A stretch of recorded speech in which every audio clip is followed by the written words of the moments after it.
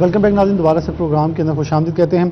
حضرت علی کرم اللہ وجہہ کی شہادت کے حوالے سے 21 رمضان المبارک کا یہ پروگرام ہے۔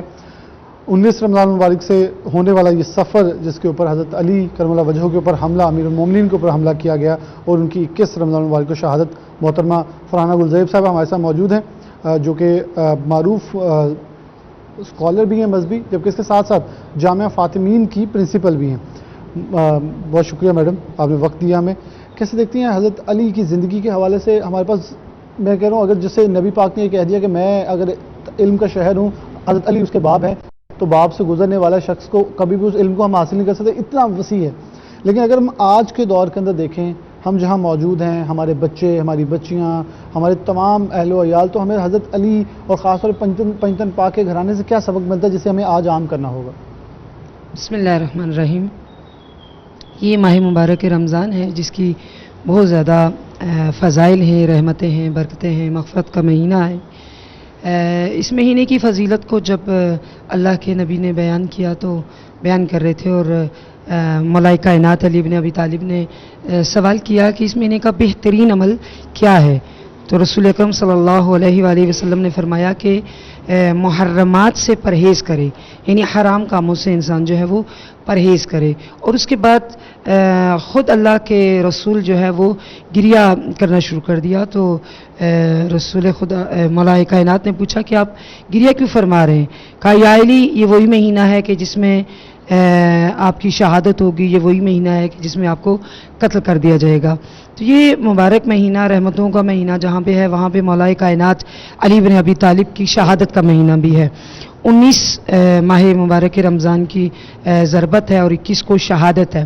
آپ نے سوال یہ کیا کہ مولا کائنات کی زندگی اور مولا کائنات کا جو فضائل ہیں، اس میں تو کوئی شک نہیں ہے کہ مولا کائنات کی ہستی جو ہے وہ کائنات کی وہ واحد ہستی ہے، یا اگر یوں کہوں تو بالکل بھی غلط نہیں ہوگا کہ پروردگار نے اپنے مظہر کاملہ کے 2 شاہکار جو کائنات میں بھیجے، ایک خود محمد مصطفیٰ ہیں اور دوسرے علی مرتضیٰ ہیں۔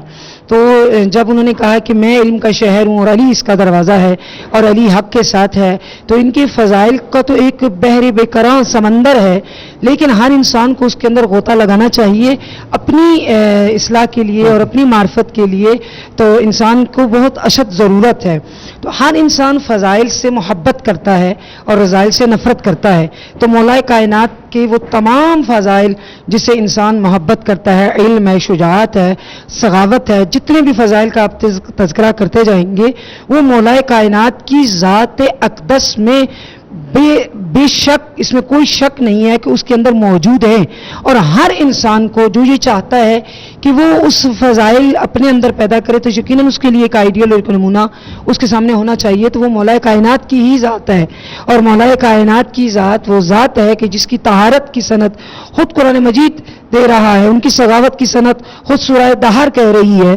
اور مولا کائنات وہ ہیں کہ جو علم کا سمندر ہیں، علم احمد کا اندازہ لگا سکتے ہیں علی، علم کا شہر ہے محمد تو اس کا دروازہ علی۔ تو انسان جو عالم ہے، وہ دنیا کا عالم ترین انسان جو ہے وہ علی بن ابی طالب کی ذات ہے۔ تو یقیناً جو انسان علم رکھتا ہے وہ خوبیوں کا مرقع ہوتا ہے۔ مولا کائنات کی بہت سی صفات جس میں سے نمایاں صفت جو ہے وہ خود علم کی ہے، علم کا شہر اور علی اس کا دروازہ ہے۔ تو یقیناً اللہ کے نبی نے جو بات کی اور جو حدیث بھی بیان کی ہے اس میں حکمت ہوتی ہے، تو خود کو علم کا شہر کہا اور علی اس کا دروازہ کہا۔ تو شہر اس جگہ کو کہتے ہیں کہ جہاں ہر چیز ملتی ہے، تو یہاں پہ جو علم کا شہر کہا ہے اللہ کے نبی نے، وہ اپنے سے تو کوئی بات ہی نہیں کرتے، وما ینطق عن الہویٰ، وہ خداوند عالم کی مرضی سے، خداوند عالم کے حکم سے، خدا کی وحی سے ہی کلام کرتے ہیں۔ تو یہاں پہ جو علم کا شہر کہا، یعنی یہاں ہر شے ملتی ہے، ہر چیز ملتی ہے۔ آپ کو حکمت چاہیے، آپ کو علم چاہیے، آپ کو سخاوت کا نمونہ چاہیے، تو وہ اس کا جو دروازہ ہے اس کو داخل ہونے کے لیے مولا کائنات کے دروازے پہ آپ کو جھکنا پڑے گا۔ تو مولا کائنات کی فضائل میں سے بہت سی فضیلیں ہیں، بہت سی چیزیں ہیں جسے مسلمان اگر اپناتے تو آج ہم اس طرف ضلالت کا شکار نہ ہوتے. جن سے میں قطع کلامی چاہوں گا جس میں اگر ہم چاہیں تو نبی پاک صلی اللہ علیہ وسلم جب ایمانداری سے جو ان کے پاس امانتیں رکھائی جاتی جب وہ تقسیم کرنے کا وقت آتا تو حضرت علی کو کہتے میرے بستر کے اوپر لیٹ جاؤ تاکہ لوگ آئیں تو ان کو لوٹا دینا. یقین اور نبی پاک کی محبت کا عالم یہ ہے جو ہمیں آج دنیا میں اپنانے کی بہت ضرورت ہے. اگر ہم دین اسلام کے پیروکار بنتے ہیں تو ہمیں دیکھنا ہوگا کہ نبی پاک نے کس حد تک انہیں مقام دیا, انہوں نے ایمانداری کیسے نبھائی. ہمیں بھی آج اپنے بازاروں میں, گلیوں میں, خاص طور پہ کاروباروں میں ان چیزوں کو اپنانا ہوگا. بے شک اس میں کوئی شک نہیں ہے کہ جو اللہ کے نبی نے کہا وہ حق ہے, وہ سچ ہے. بالکل. اور وہ کہہ رہے ہیں کہ علی جو ہے وہ حق کے ساتھ ہے, قرآن جو ہے وہ علی کے ساتھ ہے.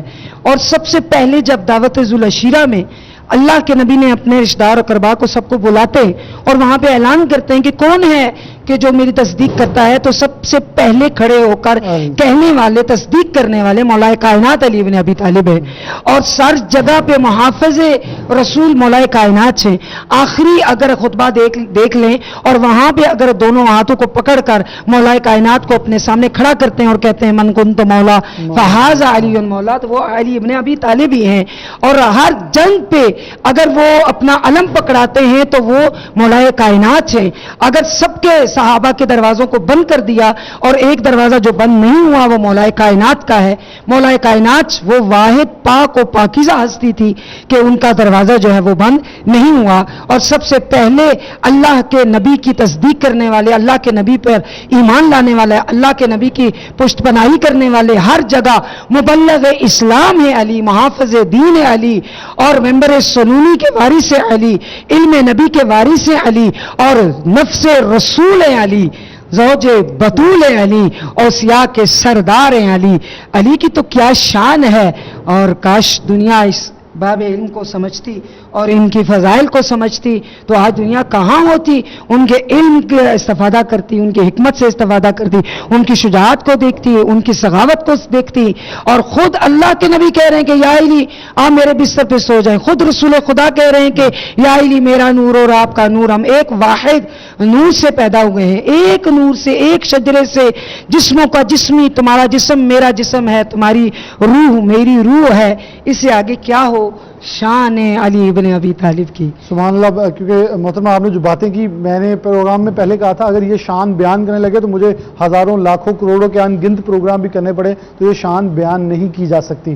لیکن حضرت علی کرم اللہ وجہہ کی شہادت کے موقع پر ہمیں یہ سبق ملتا ہے جیسے محترمہ نے کہا نبی پاک صلی اللہ علیہ وسلم نے محبت عقیدت کا ایک منبع جو ہے حضرت علی کو اپنے ساتھ رکھا, اور یہ بھی کہا کہ قیامت والے دن حضرت علی کا گھر تو میرے سامنے ہوگا. ساتھ یہ بھی کہا اے فاطمہ علی, کیونکہ حضرت علی سو رہے تھے, فرمایا امام حسن, امام حسین, حضرت بی بی فاطمہ اور حضرت علی یہ میرے ساتھ ہوں گے آخرت کے وقت. تو یہ ایک خوبصورت مثال. اگر ہم خلفاء راشدین کے ادوار دیکھیں تو وہاں بھی فیصلوں کا جو رخ ہوتا تھا وہ حضرت علی کا ہوتا, اور اگر حضرت علی موجود ہوتے تھے تو خلفاء راشدین فیصلے نہیں کرتے تھے, فرماتے تھے حضرت علی کرم اللہ وجہہ جو ہیں اس کا فیصلہ کریں گے, کیونکہ ان سے زیادہ علم کوئی نہیں رکھتا. اگر کوئی مسئلہ پچیدہ ہو جاتا پھر بھی ان کی طرف رخ کیا جاتا.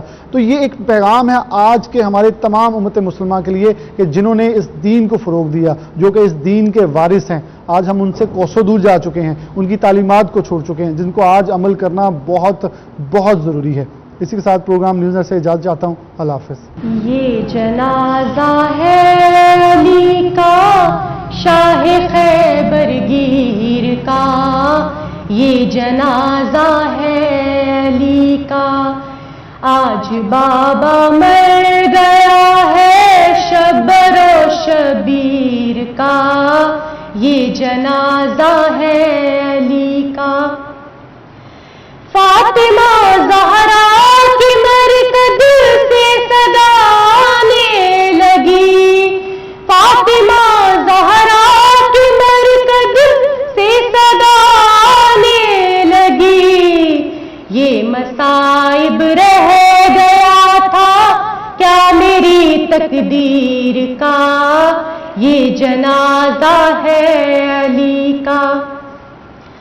غم علی کی بیٹیوں کے حص تازہ ہو گئے, غم علی کی بیٹیوں کے حص تازہ ہو گئے.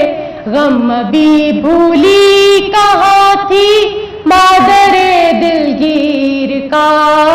یہ جنازہ ہے علی کا.